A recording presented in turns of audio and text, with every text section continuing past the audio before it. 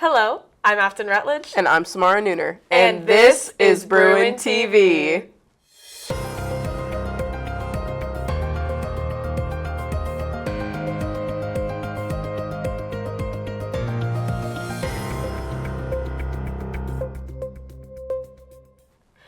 Good morning, Bruins. Last week we had a blood drive here at school. Afton, how old do you have to be? Well, what are the requirements? So... Can I give blood? Sam! Yes? Alvin did a story on it for us. He has all the information we need. It's that time of year again. The blood drive has come to the high school again, and we at Bruin TV have all of the info you need before you go and give blood. So each day in Oklahoma, we need 1,200 donations, 1,200 donors to keep our blood supply stable. So we count on schools, businesses to roll up their sleeve and help with that number, because you just never know when someone in the community will need blood. I am already a organ donor, so honestly, it's just nature to be a blood donor as well. And it's just trying to help people out and living my life or just a part of my blood can save 35 lives, so why not? We do have a blood drive that happens at Washington Park Mall each month, and typically we have about 45 to 60 donors coming through for that. So this is my first time doing it, and honestly, it wasn't that bad. It's been a bit long waiting, so just get in here early before your appointment so you don't miss anything.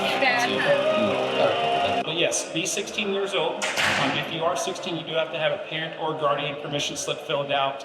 Be in good health, and you will need a physical ID or photo ID in order to donate. In Bartlesville, so we're here at the school, East Cross Church, First United Methodist Church. We do, obviously, like I said, in the Washington Park Mall, Central Tech, we do a blood drive with. The police department, we do a blood drive with. There's a lot of other churches I'm missing. City Church is one. We do a blood drive at Lowe's here in Bartlesville. Usually we do that one monthly as well. United Way, we've done some blood drives with. We hosted a drive with the Chamber. So we've got several opportunities throughout the year, throughout the month, that we do blood drives with. Yep. And with that, we close out this segment. You now have all the information you need to give blood and participate in saving lives. My name is Ike Grimm. Have a good day, Bruins. After learning about it, I think I'd like to give blood too. But after, I feel like I'd need something sweet. Well, that's perfect. The Girl Scouts are in town. You can buy so many different cookies from them after you give blood. I don't know. What if I don't like the flavor I choose? Don't worry, Sam. I got all the information you need. Good morning, Bruins. As the weather warms up, the third quarter of school comes to an end, and March showers come through to bring April flowers, we have one thing on our minds. Where am I going to get a sweet treat to hold me off? Well, luckily for all of you watching, the Girl Scouts will be in Bartlesville to give us exactly what we've been waiting for. Now, I know what you're thinking. Afton, where am I even supposed to find these Girl Scouts? I get it. I also never know when they'll be in town, and then they're gone without a trace. Not even a crumb left behind. Today, I'll be letting you in on a little insider knowledge. If you search Girl Scout Cookies website on Google or copy and paste the link on the screen, it will take you to the official Girl Scout website. From there, it should open to a screen that will prompt you to put in your zip code. If not, click the Cookies tab, put in your zip code, and voila! Now you know what days they'll be here. To get times, click on the button that says Booth Details next to any of the dates shown. Doing so will give you the times and an option to get directions to the selected booth. Now you can finally buy Thin Mints of your own instead of begging the people around you to spare a bite. Unfortunately, at the time of filming, I could not find the prices for their products, but I could find a list of all of their flavors offered. As listed on the site, the Girl Scouts are offering Adventurefuls, Caramel Chocolate Chip, Caramel Delights, also known as Samoas, Peanut Butter Sandwich, also known as Do-Si-Dos, Lemonades, Lemon Ups, Peanut Butter Patties, also known as Tagalongs, Thin Mints, Toffee-Tastics, Trefoils, and a brand new flavor, Explore Mores. The names of these cookies make them sound delicious, but do they hold up to their expectations? I'm here to find out. Today, we have 5 different flavors of Girl Scout cookies that I will be trying on camera for you guys.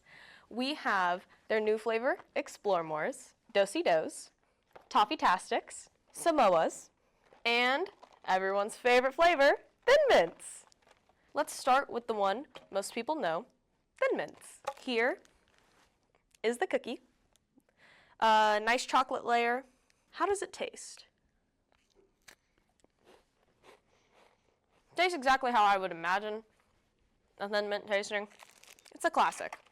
I'd rate it a solid 8 out of 10. I really like Thin Mints. Let's do Samoa's next.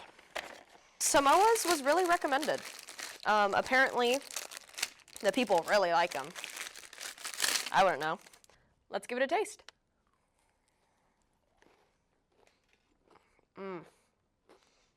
Very chewy.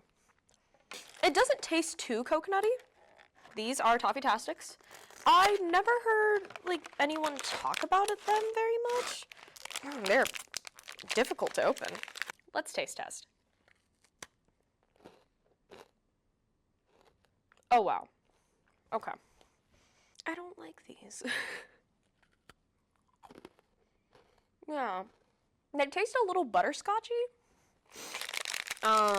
And I don't like butterscotch. No. This is not good. I don't like it, I think. I'll give it like a 4. 4 seems fitting. Next, we have the Do-si-dos. There's a hole in the top of each cookie, and it has like peanut butter filling coming out of it. Very interesting. Let's have a taste. This is a Nutter Butter. I'm eating a Nutter Butter. I think I'd rate it a 7. These get a solid 7. Well, last but not least, we have their new flavor, Explore Mores. It looks really similar to an Oreo.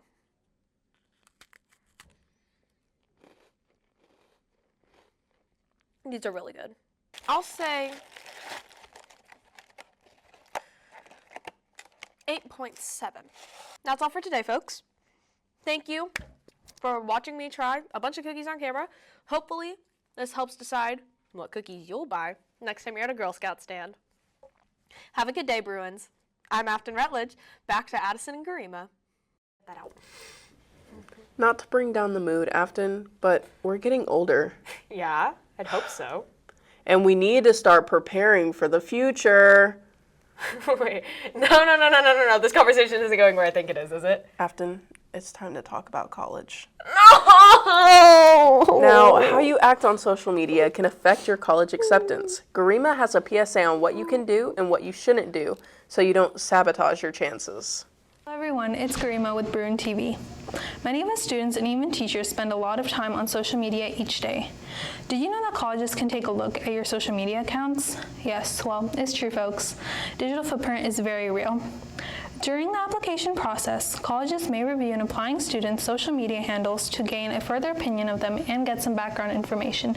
There can be both disadvantages and advantages to this. What are some disadvantages, you may wonder? Well, to start off, if colleges come across posts or comments of you bullying or harassing somebody else, then it can possibly hurt your chances of gaining acceptance. According to a survey by Kaplan, many admissions officers see no issue with adding students' social media accounts to the admissions process. Let's see what some of our students here at Bartlesville High School have to say about this. What about how social media may affect colleges or jobs? I've thought about that since your presence on social media can affect your overall digital footprint, which could be tracked by colleges. Has social media ever affected your career or schooling opportunities? I'd say no, because I don't use social media that often. But will you be more considerate now about your social media now that you know that colleges look at them? I will be more considerate since I want to have a good impression with my colleges. Even if a post or account is not public, screenshots can still make their way around. Back in 2017, a group of students who attended Harvard College had their spots rescinded after they shared inappropriate text in a private group chat. While the texts were private, screenshots and pictures eventually made their way to the eyes of Harvard officials. While the majority of the time social media posts aren't a huge factor in the admissions process, if you feel like you have posts that can hurt your chances, it's better to private your account and delete them. However, social media can also benefit your chances of admission as well. Following college's social media accounts, setting up a LinkedIn profile, and showcasing academic achievements and passion projects can only help with your chances of admission. There are both downsides to social media, but also positives. It all comes down to the way you utilize them. Have a good day, Bruins. Yeah. Okay, love you guys. Don't forget to smile.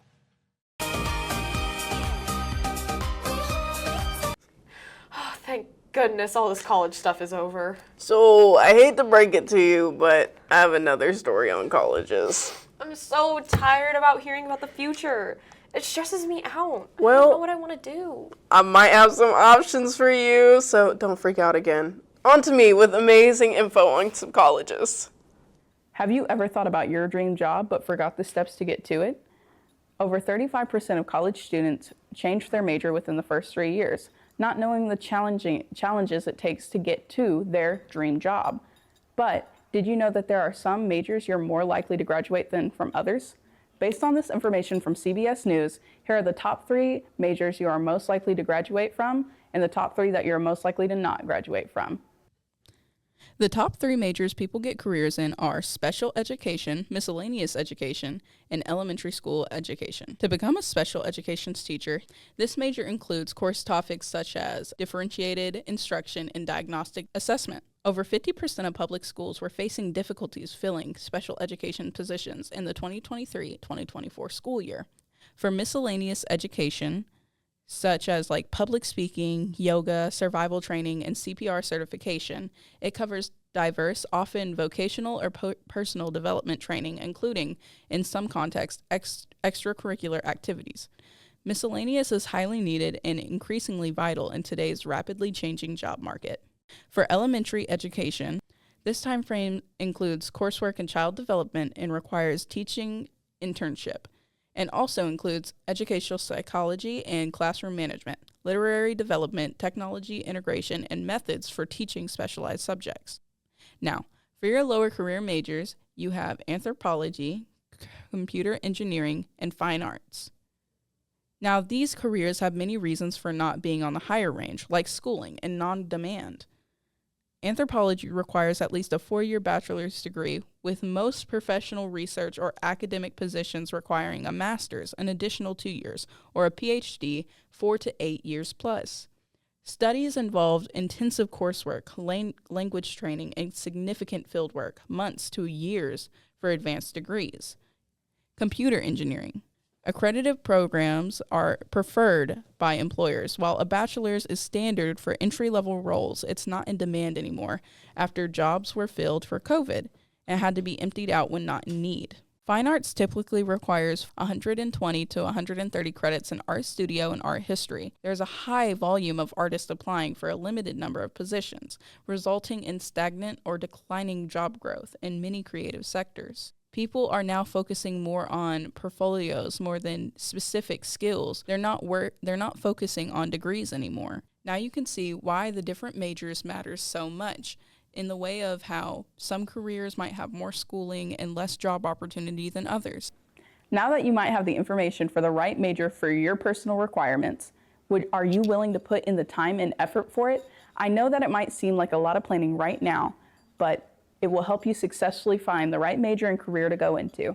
For Bruin TV, this is Samara Nooner. Have a good.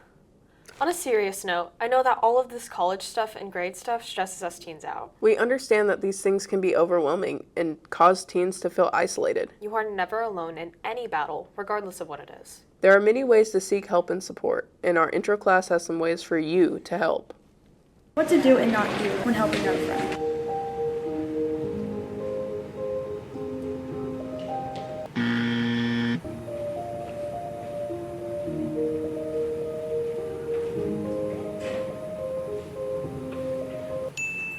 I've just been struggling lately and I need help. I don't know, I think you're just crazy. It's all in your head. I've just been struggling lately and I need help. There's a lot of websites and hotlines you can turn to that'll help.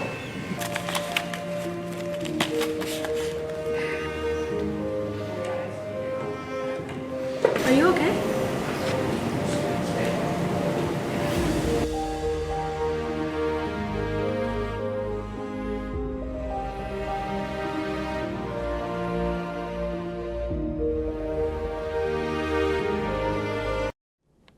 in case you still need more support, we have one more solution for you. We have an amazing set of counselors right here at our school. Sydney Brandstetter has a story over Grand Lake and how they help us. Hello Bruins, my name is Sydney Brandstetter and today I'm here to tell you about the school counselors. And no, I know what you're thinking, I'm not talking about our typical school counselors. I'm talking about our Grand Lake mental health counselors. These people specialize in helping other people and their jobs here are to help the students of Barnesville High. Here are 3 counselors to tell us more about what they do. We offer different services from therapy to extra support for kiddos, for different emotional and behavioral support. We help kids with coping skills. We give them tools and resources that they need. For example, we help kids build resumes. We can help them apply for jobs. We help them with whatever their need is at the time. Grand is a community-based mental health clinic, and what we do at the high school is we help kids with coping skills, processing emotions. Our therapists do that, and kind of just working with mental health. I am a therapist here, and I stay here at the school most of the time and talk with kiddos. My job specifically is to help kids with coping skills. We, like I just mentioned, help them build resumes, help them apply for jobs, things like that. My duties are coping skills, linking clients to community resources, and just kind of being another ear when they need to vent.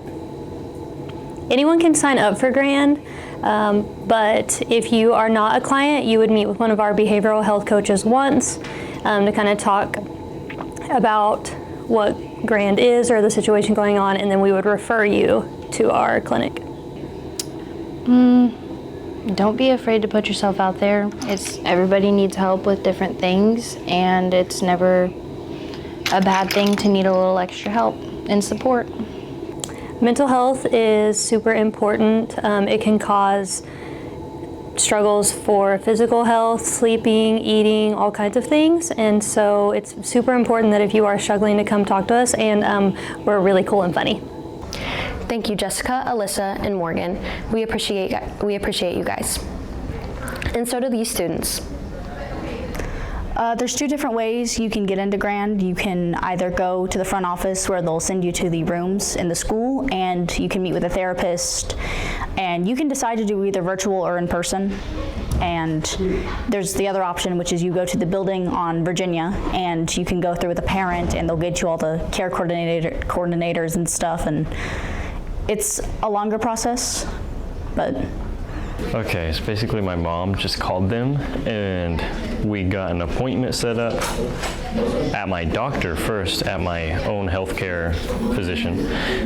Then after getting a note of recommendation from my doctor that I could even get checked for anything of that sort, then we went to Grand itself, and then we set up another appointment with them, and I got evaluated by one of their child physicians. I'm much more in tune with how I feel and being like honest with myself about like what I go through, and it validates how I feel, and I just feel happier overall. I mean, I guess it's kind of just been nice to have a place out of class sometimes, and just a place to talk. You receive your therapist's email and phone number, so you can text them, email them, call them. It's your preference, really. You can also it depends on how often you do want to see your therapist. You can either decide to do it bi-weekly, every other month, every month.